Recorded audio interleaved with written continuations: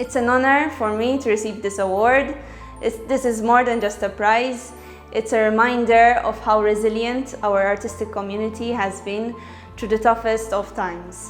Nixtieq ngħid illi ma kienx hemm mument wieħed fejn ħadd mit-tim ma qal ejja nikkanċellaw, ejja nipposponu.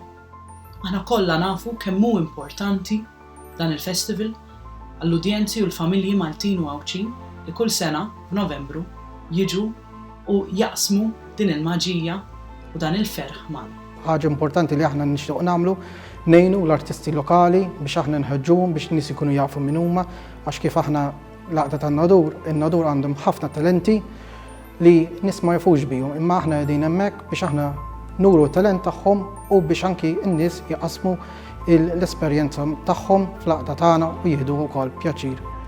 Verament jiena ma kontx nkun nista' nirċevih li kieku ma kellix l-għajnuna kollha illi sibt matul il-karriera kollha. With the reward given to us to acknowledge the efforts and contribution of the bank towards culture in its different forms. But it's also a strong encouragement for APS Bank to continue promoting culture with drive and passion for the benefit of all.